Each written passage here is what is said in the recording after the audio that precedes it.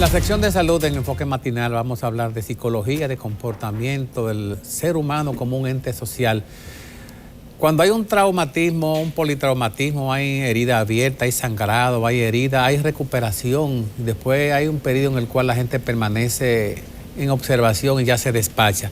Pero la mente y la idiosincrasia del ser humano son cosas distintas. Traumatismos que nos afectan por cosas que vemos cercanas, problemas muy graves que afectan familiares o amigos o cosas que suceden a nuestro alrededor. Vamos a hablar con la doctora Ivonne Guzmán. Buenos días.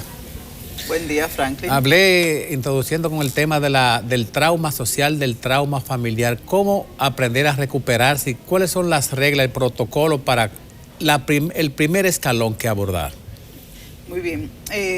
Cuando hablamos de las respuestas traumáticas, estamos hablando de la amenaza que hace daño grave a nivel emocional y psicológico a la persona. Y esto puede reflejarse, Franklin, a través de una sintomatología a nivel físico, cuando la persona tiene dificultades para conciliar el sueño o para mantener el sueño estable. Las ansiedades se elevan. Entonces es importante que la familia pueda tener un ojo visor de cuáles son los comportamientos que los miembros que han padecido el trauma están presentando para hacer las intervenciones adecuadas, ya sea a manos de un profesional o a manos de la misma familia como recurso de apoyo. Y la terapia de familia, cuando una familia ha sido afectada por la muerte de un familiar con causas violentas, origen violento, no tratarlo individualmente, sino en colectivo, porque cada ser humano tiene una reacción, una idiosincrasia diferente. Es importante trabajarlo dependiendo de cómo ha afectado ese trauma. Aunque sea una familia, cada uno de ellos vive esa experiencia. Hay una respuesta que es intrusiva, donde uno de ellos o todos pueden estar experimentando o reexperimentando los eventos de dolor, los eventos del trauma. Y otra que puede ser la evitativa. Entonces, en un grupo de familia podemos tener a alguien que está evitando entrar en contacto con ese dolor y disocia.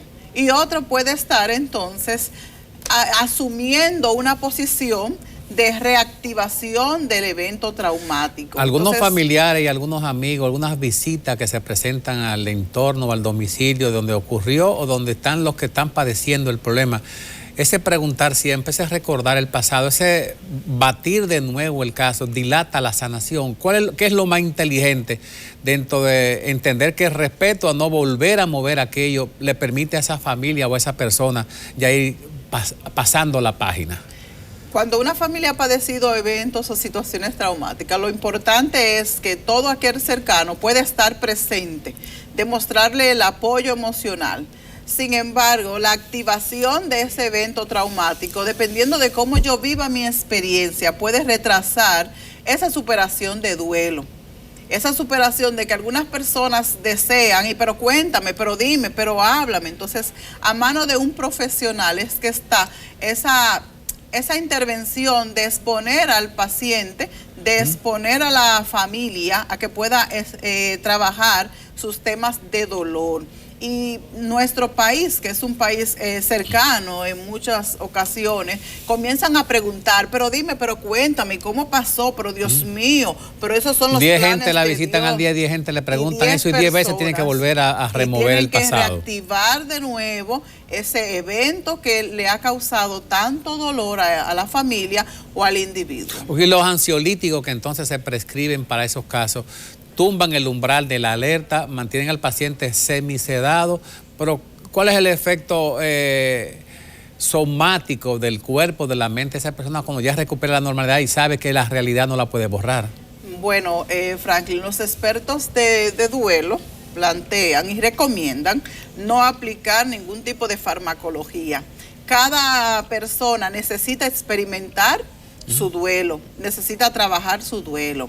Ya en una intervención profesional, el experto debe de trabajar cuáles son las emociones que están dominando ese individuo, cómo el paciente en este caso está reactivando o no su sistema de pensamiento, ya sea con las rumiaciones, con ese constante de pérdida, con buscar una explicación del hecho que le ha causado dolor. Entonces, no es recomendable que se le aplique una farmacología a un paciente que ha tenido una pérdida. Es recomendable de que tenga compañía, es recomendable de que la familia asuma un proceso de intervención profesional para trabajar precisamente la respuesta a explicaciones que no tienen en sus manos. El tema de los niños ya en ese momento de dolor, de trauma, la presencia en la funeraria, en el sepelio, ver cómo reaccionan los adultos, el dolor palpable de los padres y familiares cercanos, la gente que asiste ahí. ¿Es recomendable que los niños coparticipen en eso? Sí, es recomendable de que los niños tengan su partida. No es una vivencia negativa al paso de los años, no trae pesadillas, insomnio, cosas que no comprendieron en ese momento y se quedaron sin preguntar porque no estaban en la capacidad cognitiva de preguntar. Como quiera van a tener las pesadillas porque no van a tener la figura de cómo terminó ese último momento, cómo me encontré, o sea, no pude ver. Es como cuando uno sale para el trabajo y no regresa. ¿Y cómo llenar ese espacio, ese vacío de que fulana o fulano no va a estar, que no lo vuelvo a ver más? La palabra jamás o nunca, ¿cómo manejarla? Mira, en el caso de las pérdidas, muchas veces nos enfocamos al individuo, al paciente que ha tenido la pérdida directa. Pero aquí hay dos elementos importantes. Los abuelos o los padres de quien ha fallecido y los hijos de quien ha fallecido. Entonces se desplazan muchas veces los señores mayores, los envejecientes y a los niños. No, a papá vamos a medicarlo, a mamá vamos a medicarlo porque eso resulta doloroso. Pero ya es doloroso. Temen una crisis que no se ha producido. Y es necesario de que se dé la crisis para poder entonces el desahogo de la presión.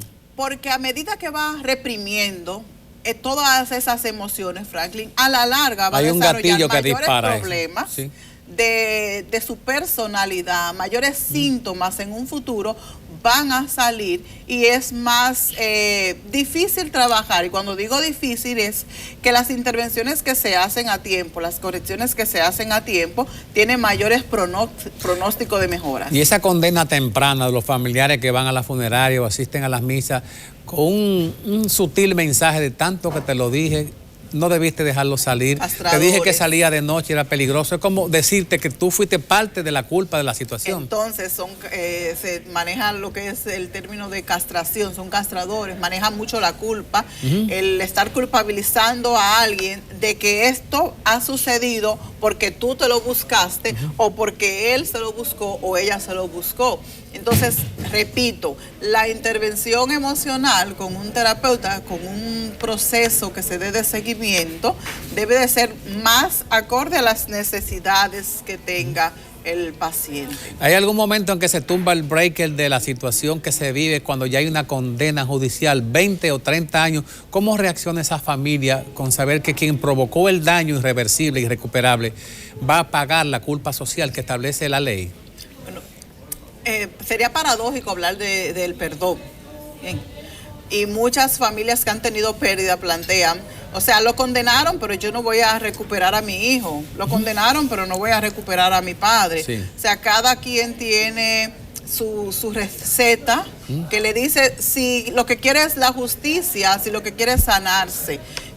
Puede que la condena le dé un ligero alivio, pero sin embargo, ese alivio, entre comillas, como quiera, tiene un malestar emocional que debe de ser intervenido. ¿Qué tanto tiempo es duradero el refugio en la fe, en Dios, en la iglesia, en los grupos de oración?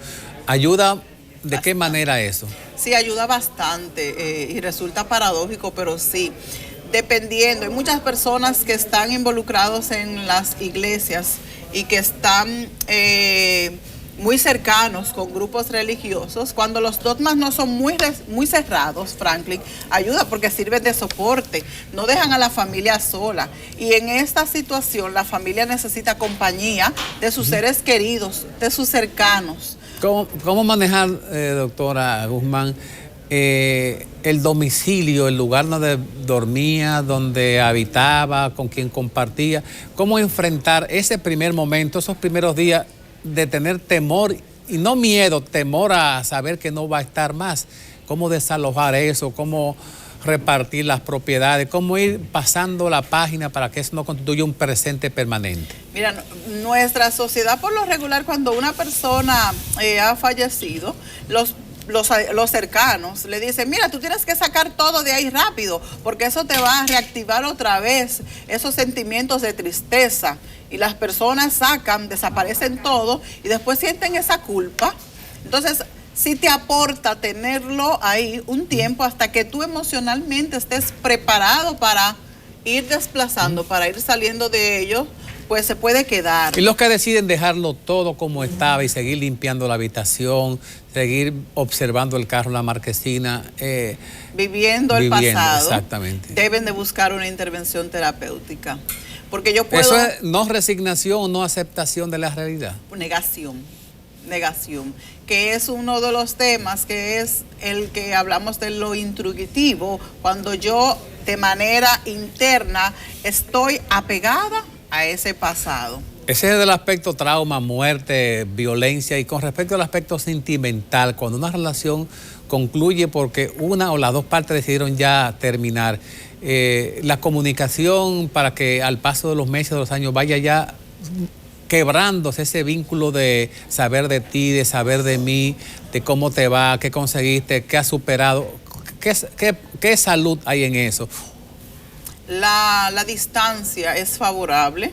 Cuando marcamos distancia, cuando ocupamos... Rápida y geométricamente cerrar la cortina. Depende, Franklin, de qué tanto significado tenga esa persona, de qué tanto apego yo tenía con esa persona. El poner los límites, el poner la distancia y trabajar mi gestión como mujer, mi gestión como hombre, va a garantizar de que yo pueda tener un duelo saludable ante la pérdida de aquella pareja con la que yo tenía visualizado un ideal de lo que era una relación de pareja. Es positivo que la conclusión en algún caso sea frente a frente, diciendo que no le gustó de la pareja, el otro le responde lo mismo. ¿Termina eso en más agresión y más palabras inapropiadas que no se puedan recoger después, o es una manera? Es que si llega ya, cuando hay una ruptura de la relación, es que el tema de la comunicación ha venido con algunas dificultades en el pasado. Y por ende, esas dificultades ha llevado a que la persona, entre otros temas, claro está, en que la persona tome la decisión de hacer el deslinde de lo que es su dinámica. Un punto a destacar, Franklin, es que dentro del trauma, los traumas que son más severos y que deben de ser intervenidos terapéuticamente son los traumas que quedan a través de las violaciones o de la violencia sexual y la violencia física. Es necesario que los dos se perdonen por las posibles agresiones que hayan tenido, no solamente verbal ni física, sino del engaño, de la pérdida de la confianza, cosas así. Mira, el perdón es un tema de sanación. Yo puedo perdonar a mi pareja y decidir no seguir en la relación. ¿Y cuándo sé que he perdonado? Cuando puedo recordar los eventos que he tenido traumáticos, no generan dolor en este momento, sin embargo no tengo resentimiento con la persona. De acuerdo. Ha sido alimentado la información, el tema, con lo que hemos conversado. Esperamos que a mucha gente le sirva para mucho el nivel de responsabilidad con que hemos hablado, y que la gente no particularice, sino que sepa que a cualquiera le puede suceder o la pérdida física o la pérdida sentimental de un compañero. Y tomar en cuenta, Franklin, cuando hay una pérdida en la familia y uno de los miembros comienza a aislarse, comienza a tener dificultades para dormir, comienza a tener una serie de sintomatologías físicas, sudoraciones, se distrae y todo lo demás. Nos veremos la próxima semana, Ivonne. Ivonne Guzmán, psicólogo. Ivonne Guzmán. Encantado, pase buen día. Gracias.